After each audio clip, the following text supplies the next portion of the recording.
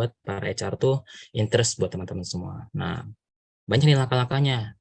Yang pertama, personal data atau kontak info. Nah, teman-teman harus melengkapi data-data teman-teman semua dengan lengkap. Pakai nama asli, jangan nama alias atau nama panggilan.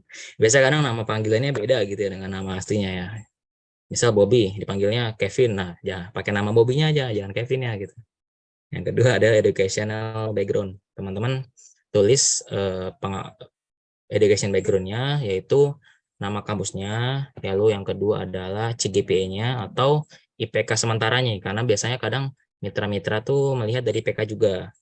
Namun nggak semuanya ya, jadi teman-teman jangan khawatir yang emang ada kendala di IPK. Kalau aku kasih saran ya 3,00 udah bisa banget lah untuk teman-teman ikut magang. Nah, dan di situ juga dikasih tahu nih di pojoknya biasanya di education tuh tanggal masuk serta present gitu. Lalu saat di education juga dijelasin course atau materi apa sih yang teman-teman ahli di bidangnya. Yang ketiga adalah work atau organization experience. Nah, Kak, aku kan mau ikut magang, gimana bisa aku punya pengalaman kerja. Nah, teman-teman bisa nih tambahin pengalaman-pengalaman organisasi atau pengalaman-pengalaman volunteer. Nah, entah sih ada yang ngeluh lagi, Kak, aku kupu-kupu gitu. Kuliah pulang, aku nggak punya pengalaman organisasi apapun bahkan. Yang mungkin saking ininya ya, saking apa, kuliah pulang. Nah, tapi jangan khawatir, kamu tuh juga ada project-project yang dikerjain di kampus kan, misal project dengan dosen, atau teman-teman pernah part-time, atau teman-teman freelance, itu bisa jadi pengalaman work experience atau professional experience, atau project yang teman-teman ikutin bisa dimasukkan di CV. Yang terakhir ada relevant skill to the position. Kalau teman-teman memiliki skill di bidang desain, pasti teman-teman harus punya keahlian dalam software design. Nah, kalau teman-teman bisa main di desain yang engineering, teman-teman misal pakai AutoCAD atau CATIA atau SolidWorks dan sebagainya, teman-teman bisa nih apply di posisi tersebut. Namun kalau teman-teman pengen shifting karir, misal kayak di manajemen tapi pengen magang di marketing, ya teman-teman juga harus ada background pengalaman yang berhubungan dengan marketing agar kamu bisa di accept atau bisa keterima di perusahaan tersebut. Nah, yang pertama yang harus diperhatikan adalah keep it simple, jangan sampai terlalu banyak sekali gitu ya penjelasan yang tidak tentu. Yang terakhir adalah make sure CV readable, atau buat CV-mu dengan readable atau enak buat dibaca, enak buat dipahamin, maksimal 2 font ya kan CV ATS-nya. Nah, apa nih yang sering dilihat di CV teman-teman? Yang pertama, IPK-nya. Nah, teman-teman kan sudah aku jelasin nih, IPK-nya teman-teman harus dicantumkan gitu. Kalau emang IP-nya di bawah 3 bagaimana, Kak? Ya jangan khawatir, karena gak semua company memang melihat IPK, lebih melihat di organisasi atau project atau skill relevan dari posisi tersebut. Kedua adalah universitas atau jurusan. Nah, jurusannya ini bidangnya apa? Kampusnya di mana? Kalau yang diharapkan adalah kampus yang di bawah naungan Kemendikbud ya. Di sini kalau emang ada yang ikut Zoom tapi dari, mohon maaf, yang mungkin dari UIN gitu ya, IAIN gitu ya, mohon maaf kamu tidak bisa karena kamu bukan kampus di bawah Kemendikbud, karena program MSIB ini khusus buat university yang di bawah naungan Kemendikbud. Yang ketiga ada pengalaman organisasi, yang sudah aku bilang pengalaman organisasi sangat berpengaruh, apalagi buat teman-teman yang baru mau mencari tempat magang gitu kan. Kalau emang teman-teman semua merasa nih kayak aku merasa belum pede nih ikut magang buat di tahun ini, teman-teman bisa ikut studi independen dulu. Jadi jangan sampailah kesempatan emas ini kan teman semua buang secara sia-sia gitu, lewat secara sia-sia. Ikut studi independen dulu, teman-teman dapat pengalaman ikutin ngerjain project, teman-teman dapat pengalaman nambah ilmu, teman-teman dapat pengalaman bisa kenal dengan banyak orang, relasi. Nah, itu teman-teman pede nih buat tahun depannya ikut magang bisa, karena kan jatahnya 2 kali buat program kampus Merdeka ya secara total. Yang terakhir adalah skill dan kemampuan teman-teman. Yang pasti yang dilihat dari perusahaan adalah teman-teman memiliki skill atau kemampuan teman-teman. Teman-teman harus perhatikan nih, skill apa sih yang emang teman-teman milikin, atau skill apa sih yang emang teman-teman bisa merasa relevan dengan posisi tersebut. Karena yang pengen dicarikan adalah teman-teman tim atau teman-teman magang yang bisa membantu atau mensupport kinerja perusahaan. Tuh, ada poinnya.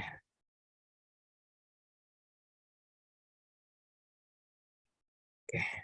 Nah, teman-teman, kalau dilihat di CV pasti ada yang pakai foto. Nah, kalau bisa pakai foto terbaru atau mungkin sekarang professional headshot, bahasa yang sekarang bahasa ininya lah. Jadi kayak foto yang profesional, jangan pakai foto selfie ya, apalagi ya foto yang emang menyeleneh gitu ya. Karena ini adalah foto yang ditaruh di CV kalian. Seperti yang tadi di foto perkenalan, itu adalah salah satu professional headshot. Namun karena backgroundnya belum diubah ya, jadi kayak gitu. Yang kedua adalah nama lengkap atau tempat tanggal lahir. Nah, teman-teman, tulisnya dengan nama lengkap, jangan pakai nama alias, dan teman-teman tulis tempat tanggal lahirnya juga nggak perlu lengkap-lengkap alamatnya, cukup kayak misal Banten, Indonesia, atau Tangerang, Indonesia, atau Bandung, Indonesia, dan sebagainya. Nggak perlu kayak jalan Pamungkas atau jalan Korma gitu ya, nggak usah terlalu lengkap. Nah, sebenarnya alamat lengkap pun juga baik, namun untuk preventif, karena mereka pun juga hanya pengen tahu kamu tuh berlokasi di mana gitu sebenarnya para HR tuh. Kamu tuh di daerah mana sih hidupnya gitu, di Bekasi kah atau di Tangerang gitu.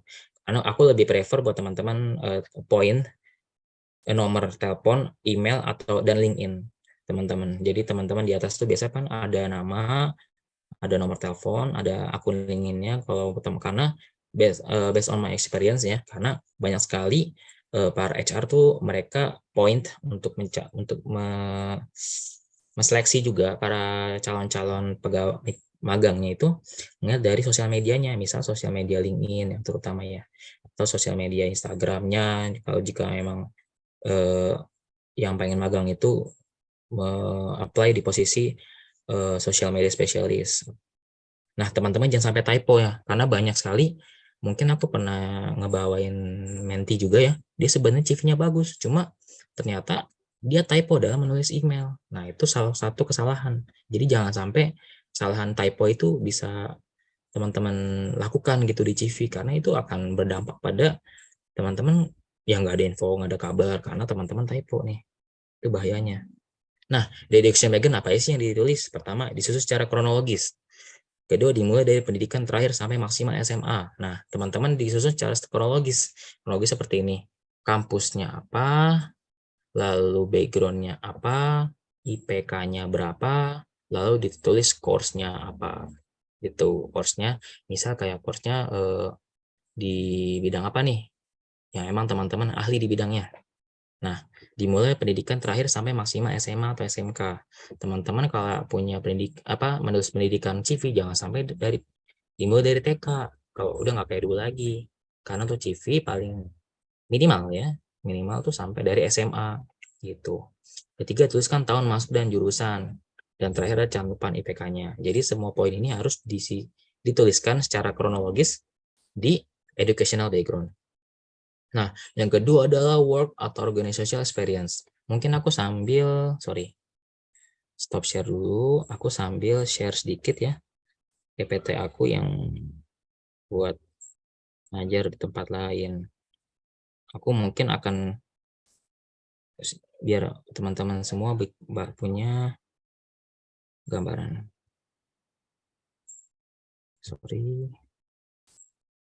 Sorry, wait for a while.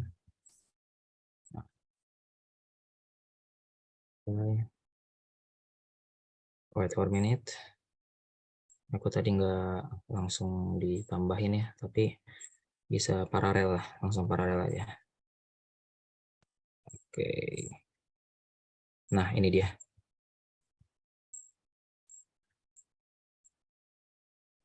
Mungkin teman-teman bisa langsung kayak sambil ini aja ya, sambil di foto aja ya. Nah, ini salah satunya ya. Teman-teman tulis namanya, link email, nomor HP, link LinkedIn, link portofolio jika ada. Kalau teman-teman memiliki keahlian di bidang apa, desain bisa link portofolionya nih. Portofolionya bisa bentuk GitHub atau mungkin teman-teman bisa di Google Drive dan sebagainya. Lalu teman-teman bikin summary. Nah, habis summary teman-teman juga tulis educational. Nah, gini contohnya, nama kampusnya, jurusannya, lokasinya, lalu teman-teman tulis GPA, serta teman-teman tulis materi apa yang kamu pelajarin, kamu kuasai. Misalnya ini contohnya, dari Universitas A, bachelor apa, teman-teman masuk di tahun berapa, serta course apa yang teman-teman ahli di bidangnya, gitu, gengs. Oke, lanjut.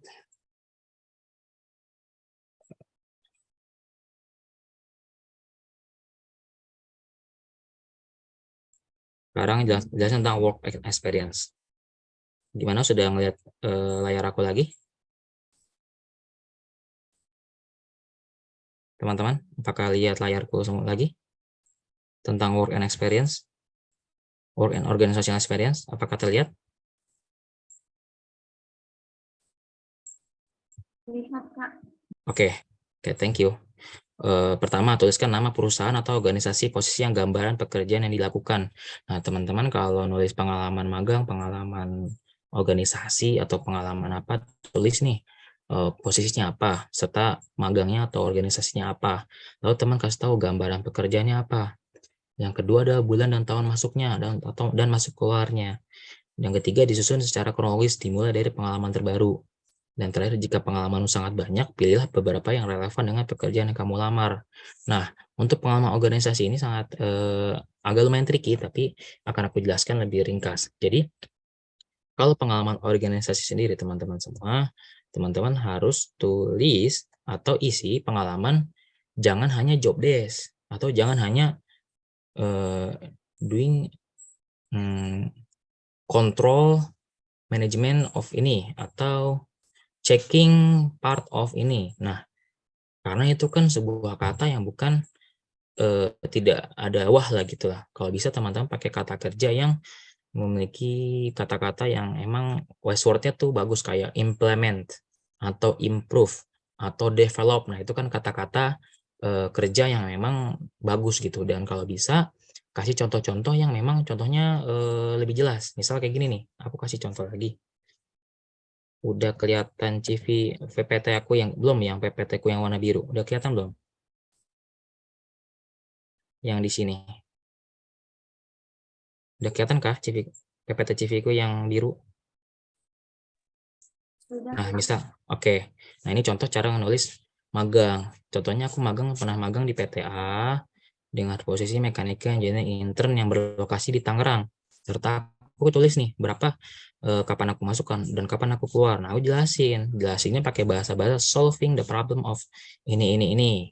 Nah, dan accountable kalau bisa berdata, based on data, dan sesuatu yang qualified, dan sesuatu yang memiliki achievement. Misal, optimize the efficiency up to 20% of production product analysis development. Nah, optimize the business analysis of product with 400 production in every week. Nah, jadi teman-teman jangan sampai cuma do a segment atau do ini experience. Kayak misal ini juga nih, aku kasih contoh buat pengalaman organisasi. Pengalaman organisasi pun juga disebutkan organisasinya berdasarkan penjelasan organisasi tersebut, lalu disebut naungan organisasinya. Misal, teman-teman, karena aku pemain di Malaysia, memiliki pengalaman Persatuan Pelajar Indonesia di Malaysia. Nah, teman-teman jelasin dikit PPI itu apa, lalu teman-teman misal jelasin sebagai sekretaris staff. Habis jadi sekretaris staff, teman-teman jelasin responsible for administration of division law and advocacy of memorandum understanding. Nah, jadi jelasin secara tertata dan secara jelas itu. Dan kalau bisa emang magang atau project yang real ya teman-teman, karena aku juga nemuin bahkan orang yang ngebuat CV tapi pakai apa ya, data yang bisa dibilang fake gitu ya. Jangan sampai kayak gitu, karena data yang dibikin di CV adalah real, jangan, karena mereka akan pasti dicek gitu, teman-teman semua HR-nya akan tahu nih, dan akan ketahuan kalau bahkan sedang wawancara. Successfully itu salah satu contoh, full create letter, terms, omnena, dan lain sebagainya. Itu satu contoh cara membuat CV untuk organisasi serta pengalaman magang yang menarik gitu, teman-teman. Jadi aku juga perjelas ya pakai CV aku ya. Oke. Jadi gini teman-teman. Oke, aku escape. Pindah ke PPT yang mana ya? Oke, pindah ke PPT yang ini, PowerPoint ini. Oke, lanjut ke relevant skill. Nah, teman-teman juga butuh relevant skill nih. Relevant skill seperti apa? Contoh technical skill, desain, penggunaan software, dan lain sebagainya. Yang kedua adalah soft skill, komunikasi, public speaking, analysis, problem solving, dan lain sebagainya. Dan ketiga adalah language skill. Nah, teman-teman harus memiliki kelebihan di language skill, karena kadang nggak kadang ya, bahkan kebanyakan perusahaan startup atau multinational company membutuhkan orang yang memiliki skill di bahasa Inggris, karena itu adalah skill yang bisa memungkinkan teman-teman bisa berkontribusi dengan para ekspatriat di sana ya, karena kalau multinational company pasti ada ekspatriatnya gitu. Nah, soft skill dan hard skill teman-teman juga harus bisa sesuaikan dengan values teman-teman, diri teman-teman semua. Nah, next. Oke. Nah, teman-teman ada yang tahu nggak perbedaan antara CV ATS serta CV kreatif?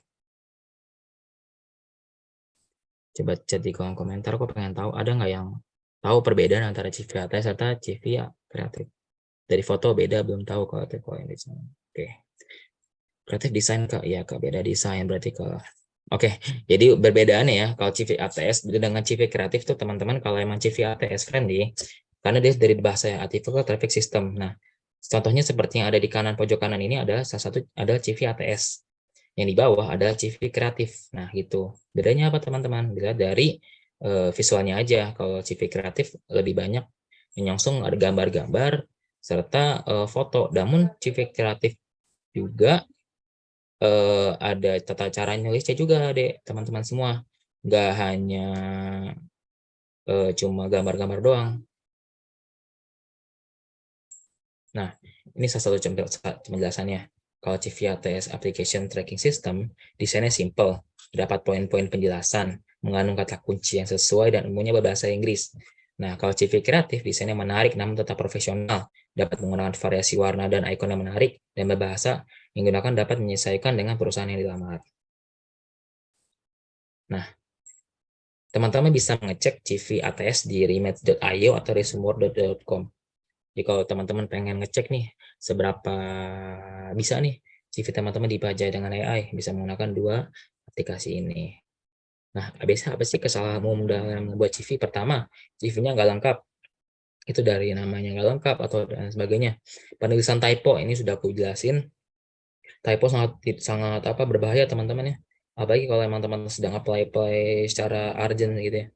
Yang ketiga data fiktif yang sudah aku bilang, teman-teman jangan menggunakan data-data yang tidak real, karena itu akan berpengaruh pada seleksi teman-teman. Yang keempat adalah nomor kontak yang sudah kadaluarsa. Karena kalau teman-teman memiliki nomor WA mungkin kadaluarsa atau apa, ya, teman-teman nggak sadar, teman-teman juga susah buat reach up sama HR-nya.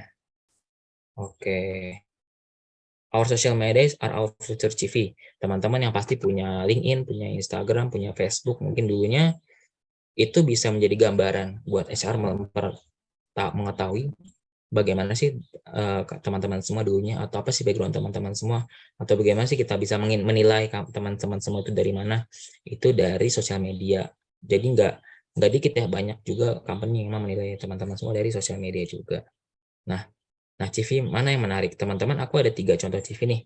Yang pertama adalah CV yang satu. Teman-teman bisa dilihat CV-nya ya termasuk salah satu CV kreatif.